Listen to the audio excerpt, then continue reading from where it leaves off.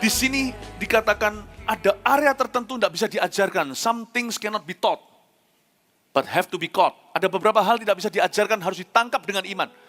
Percaya saja, makanya Yesus tidak bisa ngajar lebih lanjut ketika dia dikonfrontasi dengan seseorang. Tuhan, aku ini kurang iman dan sebagainya. Tuhan berkata, kamu sudah dengar pengajaranku, kamu sudah ikut aku dari satu ilustrasi ke ilustrasi berikutnya, sudah lihat mujizat-mujizatku. It's time, percaya saja. Kadang-kadang gak bisa diajari lebih lagi. Cukup saya beritahu begini, just believe, percaya saja. Percaya saja, kadang-kadang kita gak bisa konselingi orang. Dia sudah tahu semuanya. Cukup sebuah instruksi, just believe. Ada hal-hal tertentu yang dalam misteri Allah tidak bisa diajarkan. Just believe. Tidak bisa diajarkan, cuman kalau sudah terjadi bisa disaksikan. Dengan nangis mungkin, dengan sukacita berkata, wow, pertolongan Tuhan tidak terduga. Aku ngalami ini loh. Ada hal-hal tertentu tidak ada previewnya. Kayak movie kalau kita mau lihat nonton Avengers gitu kan, ada previewnya dulu. Berapa bulan sebelumnya udah muncul, kita kira-kira tahu antisipasi nanti movie-nya seperti apa.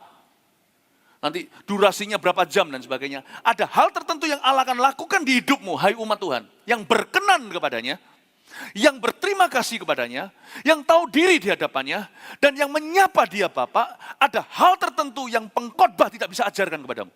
Itu namanya misteri Allah, gimana dia nanti akan menolongmu. Kasih ruang pada Tuhan. Instruksi saya cuma satu dari Roh Kudus. Just believe guys, just believe. Percaya saja. Percaya saja, Allah akan menyatakan padamu semua indah pada waktunya. Kasih tepuk tangan bagi Tuhan. Anda sudah lakukan terbaik untuk bimbing yang namanya suami ke Tuhan, untuk pengaruhi, tapi dia tetap nakal. Tetap hancur-hancuran. Seluruh keluarga sudah doa mau mesbah keluarga, gimana lagi? Semua sudah dipersembahkan sebisanya. Sudah maksimal. Cuman -1, belum mati aja. Dalam perang melawan dosa belum mencucur darah, tapi Tuhan tidak mengendaki darahmu asal Anda sudah maksimal lakukan usaha. Satu titik. Ketika hati Anda frustrasi, tidak bisa doa lagi, rasanya doa percuma. Jangan ucapkan doa itu percuma. Jangan bela setan.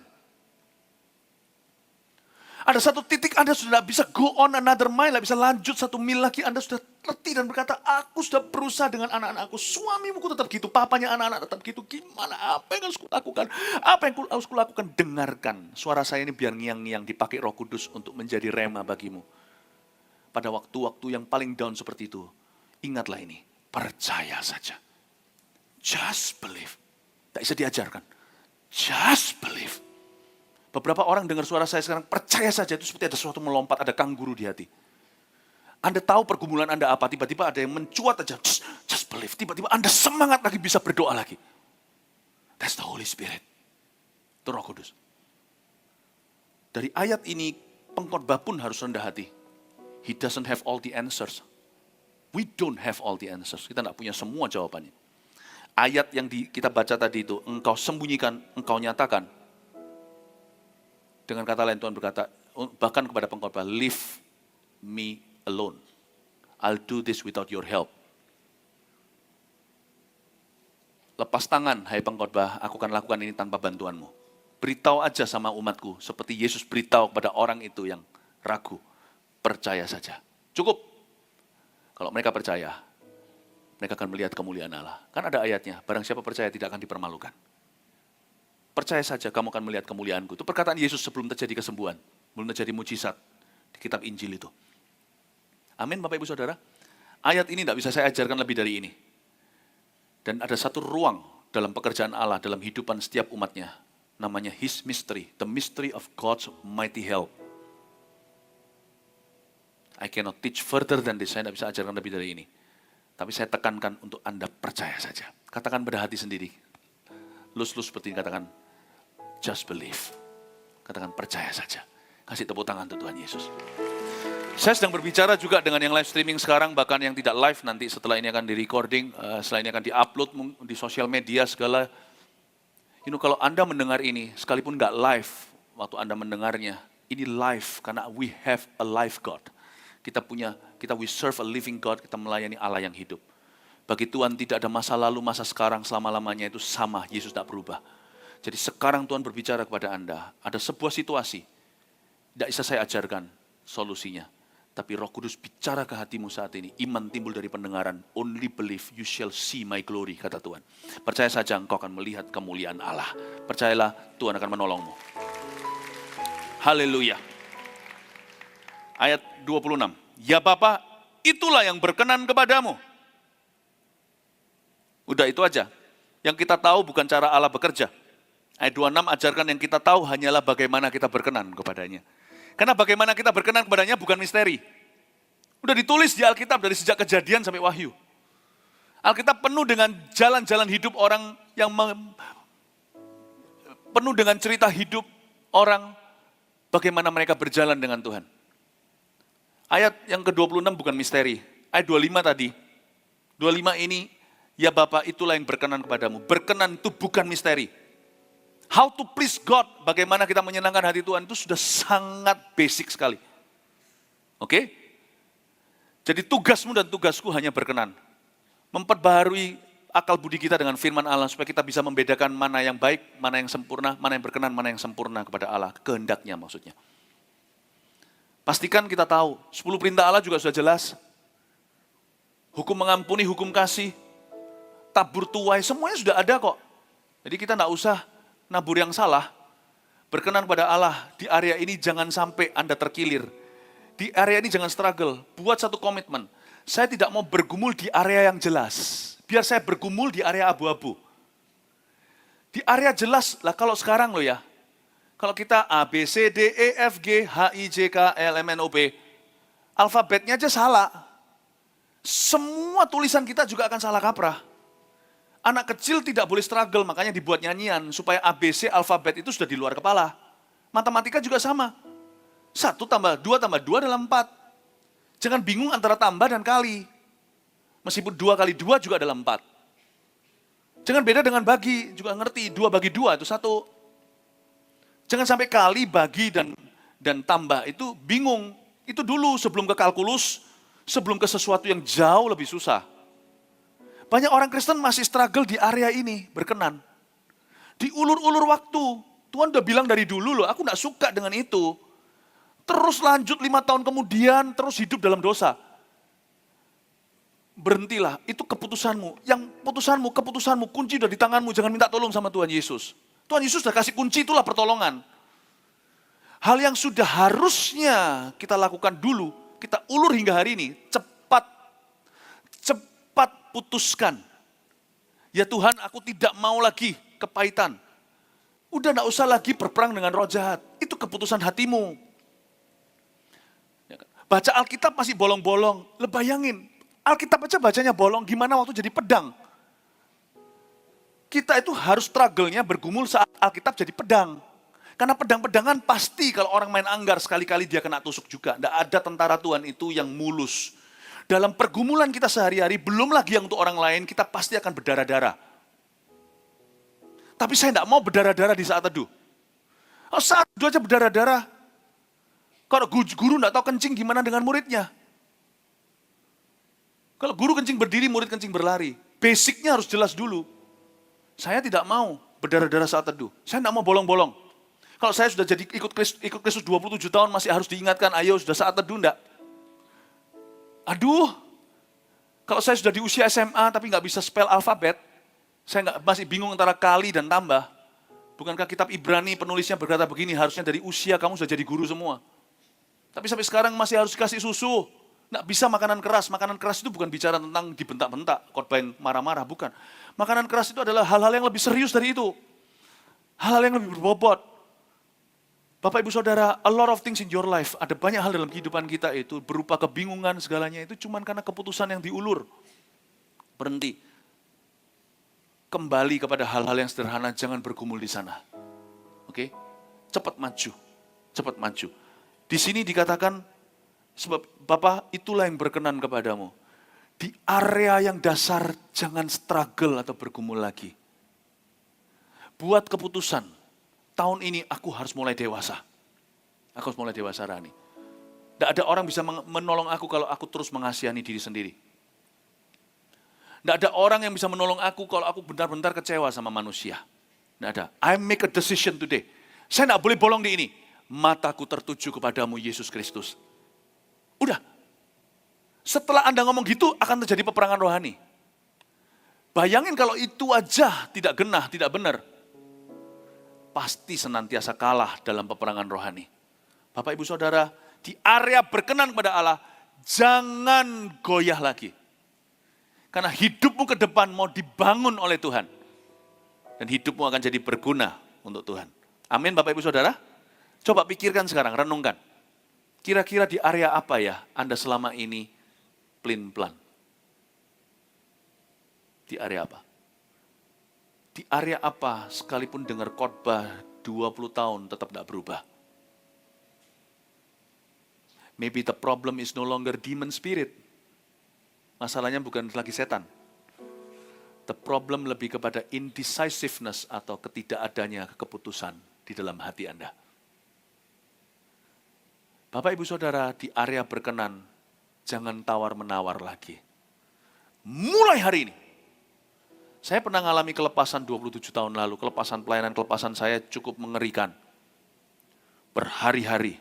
Ya, ada di biografi saya, jadi saya tidak perlu ceritakan. Tapi sungguh-sungguh saya bebas dari cengkraman setan, di doa pagi hari Sabtu jam 9. Di antara dan tante-tante jumlah tidak ada 20. Di sana saya mengambil keputusan pergumulan dalam jiwa saya hebat. Anak umur 18 tahun. Saya berkata, from now on, saya cuma bilang, aku tidak mau kamu lagi setan. Aku tidak akan melayani kehendakmu lagi. Detik itu juga, itulah Sabtu merdeka saya. Saya mengalami pembebasan, kelepasan terakhir. Kalau saya masih main-main dengan setan, main-main dengan perasaan, sampai kapanpun saya tidak akan bebas, mau didoakan sama orang yang paling diurapi juga percuma. Decision is yours. Kecuali kalau sana nggak waras, kalau gila dan telanjang bulat ngomong sendiri, nggak bisa diajak bicara, ya kita usir setannya dulu. Tapi kalau kita masih bisa berpikir dan membuat keputusan, punya pilihan, pastikan di area berkenan, pilih Tuhan. Jangan pelin-pelan. Aku memilih untuk mengasihi. Nggak tahu gimana caranya mengampuni nanti. Sehari-hari gimana lihat orang itu yang aduh menjengkelkan sekali. Mungkin di dalam keluarga, mungkin pasangannya sendiri. Itu urusan nanti. Pokoknya my heart decides. Pokoknya hati saya akan decided dulu. Hati saya akan memutuskan hari ini. Bahwa aku hari ini akan berjalan ke arah Tuhan. Setan, aku tidak mau kamu. Dan Tuhan akan mulai tolong kita. Tuhan akan mulai tolong kita. You have to decide. Di area berkenan harus decisive. Harus tegas. Harus memutuskan. Jangan diulur, jangan menanti. Sana nanti ke depan masih ada perang. Amin, Bapak, Ibu, Saudara. Jadi karena itu Bapak, Ibu, Saudara, mari renungkan sendiri di area mana selama ini Anda ulur-ulur janji sama Tuhan Yesus. Di area mana setan mempermainkanmu dan Anda dipermainkan dengan perasaan. Bangkit di area itu, aku mau berkenan. Titik, aku mau berkenan. Di area ini aku harus menang, aku harus berkenan. Aku mau berkenan, aku harus menang. Aku mau berkenan, aku harus menang. Nothing you can, setan, kamu tidak bisa melakukan sesuatu untuk menghalangi aku. Tidak ada yang bisa menghalangi aku. Aku mau berkenan, aku mau menang di area ini. Aku bosan putar-putar di padang gurun 40 tahun atau 4 tahun ini. Ini adalah khotbah yang memberi Anda PR. Makanya Tuhan berkata gini loh. Bukan siapa yang mendengar firman Tuhan, apapun yang dia lakukannya berhasil. Siapa yang merenungkan firman. Firman itu waktu didengar belum perenungan. Catat, masuk di hati, pulang direnungkan, jadi kenyataan. Ini adalah khotbah yang akan menjadi PR buat Anda. Tolong pulang pikirkan. Area satu aja, pikirkan satu area, jangan banyak. Just one area, ya. Nenek moyang segala masalah hatimu. Di area itu, ambil keputusan tegas hari ini. Ku telah mati dan akan kutinggalkan cara hidupku yang lama. Di area ini aku akan menang. Di area ini aku mau berkenan pada Tuhan. Katakan amin. Amin.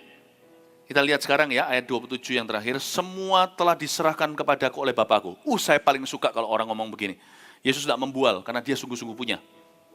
Kalau begitu semua masalah saya sudah ada solusinya nih. Kalau Tuhan ngomong gini, semua telah diserahkan kepadaku oleh Bapakku. Kita punya juru selamat, imam besar. Kita punya dewan perwakilan di sorga. Kita punya Tuhan yang menuntun hidup kita, yang punya segala sesuatu sudah diserahkan oleh Bapa di bawah kakinya.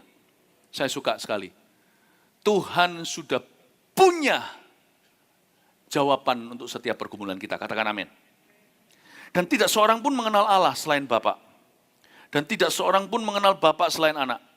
Dan orang yang kepadanya anak itu berkenan menyatakannya.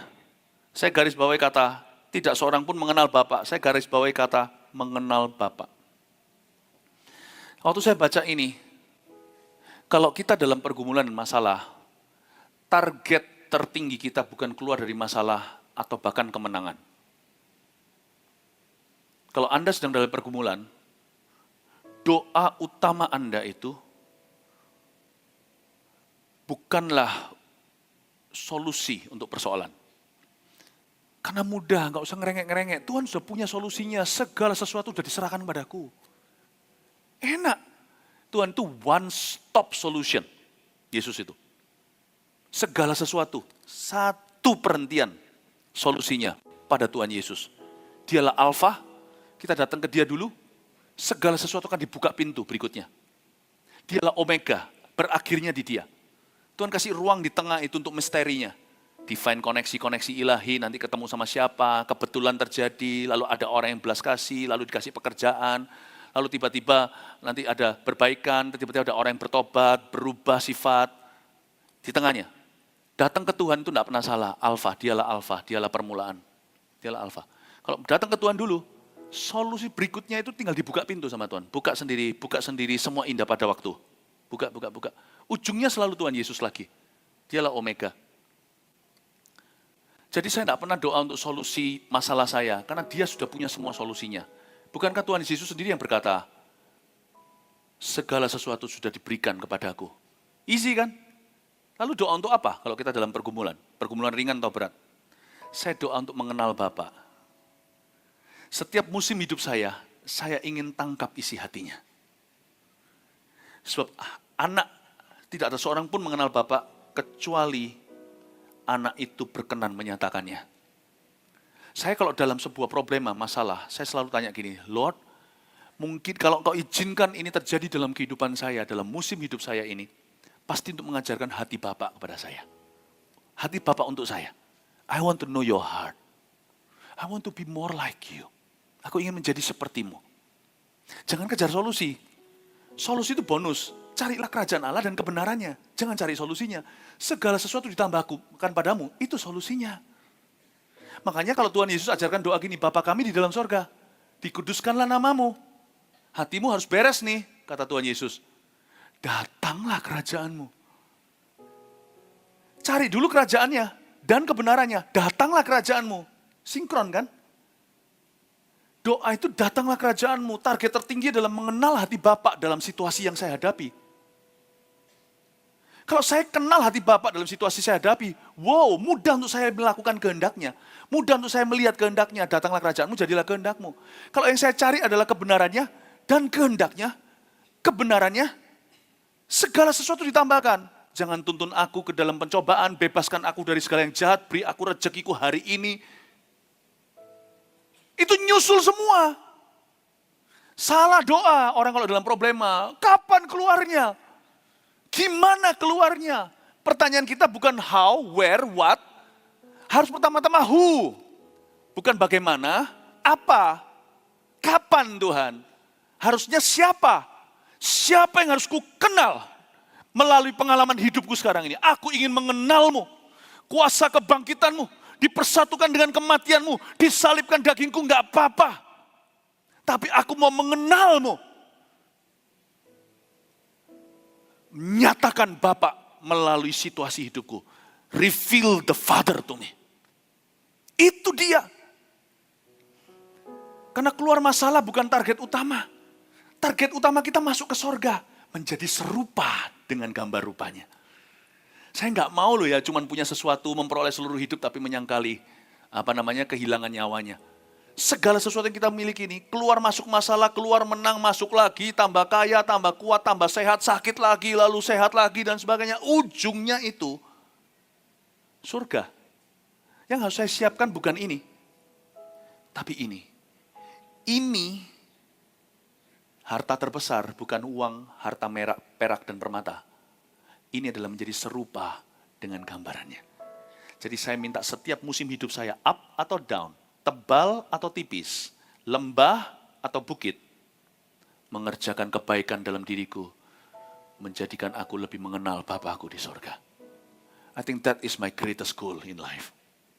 That should be all seharusnya menjadi goal tertinggi setiap orang Kristen di atas muka bumi. Mengenal Bapa. Mari mengangkat tangan, terimalah berkat dari Allah Bapamu. Kasih karunia dari Yesus Tuhanmu. Dan pengurapan dari Roh Kudus sahabatmu menyertai hidupmu. Dari satu kemenangan pada kemenangan berikutnya. Dan menangkap hati Bapa senantiasa setiap langkah. Pulanglah membawa berkat. Dalam nama Yesus, haleluya, amin.